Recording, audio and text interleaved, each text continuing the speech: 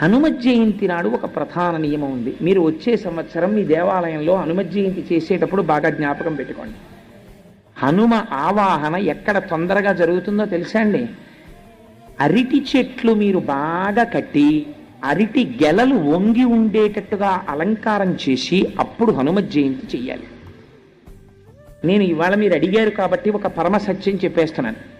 హనుమ తొందరగా ప్రసన్నులైపోవాలంటే ఎక్కడ చేయమని చెప్పిందో తెలుసా అండి? పరాశర సంహిత.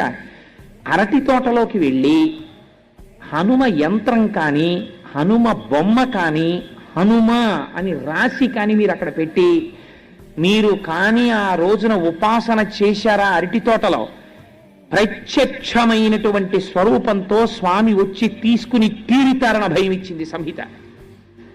అన్నిటికన్నా ఆయన తొందరగా ప్రీతి దేనివల్ల పొందుతారో తెలుసా అండి? అరటి పండుగ. కదలి పూజ అని ప్రత్యేకమైనటువంటి పూజ ఆయనకి. కేవలం అలంకారంతో ఆయన తృప్తి పడిపోతారు.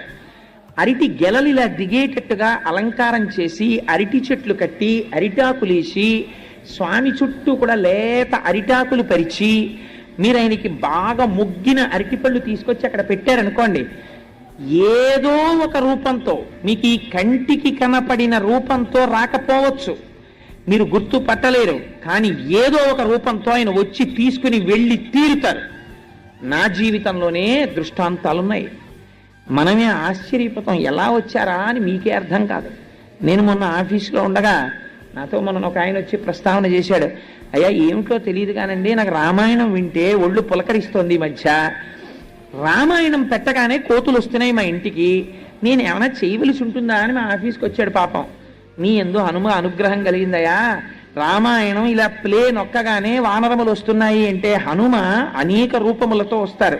అందులో ప్రఖ్యాతమైన రూపము వానర రూపము ఒకటి అని పరాశర సంహిత చెప్పింది. అందుచేత తొందరగా ప్రసన్నుడై వస్తే స్వామి వానర రూపంలో వస్తారు. అందుచేత అరటి ఆకులతో అరటి చెట్లతో అరటి గెలలతో ఆలయమునకు అలంకారం చెయ్యాలి. లేదా హనుమత్ జయంతిని మీరు ఎక్కడ మందిరంలో చేస్తున్నారో అక్కడ అలంకారం చెయ్యాలి. చేసి అరటి పండ్లు తప్పకుండా నివేదన చెయ్యాలి. చేస్తే పరమ ప్రసన్నుడవుతాడు స్వామి. ఇది హనుమత్ జయంతి అంటారు. ఈ హనుమత్ జయంతి నాడు తప్పకుండా స్వామి హనుమ ఉన్నటువంటి దేవాలయంలో దర్శనం చేసుకోవాలి. హనుమ గురించి తప్పకుండా 4 మాటలు వినాలి. అయితే ఎవరు వినగలరు అన్నారు? ఎవరికి హనుమ యొక్క అనుగ్రహం కలగాలని హనుమ భావిస్తున్నారో వారు మాత్రమే వింటారు. అందరికీ అదృష్టం లభిస్తుందా?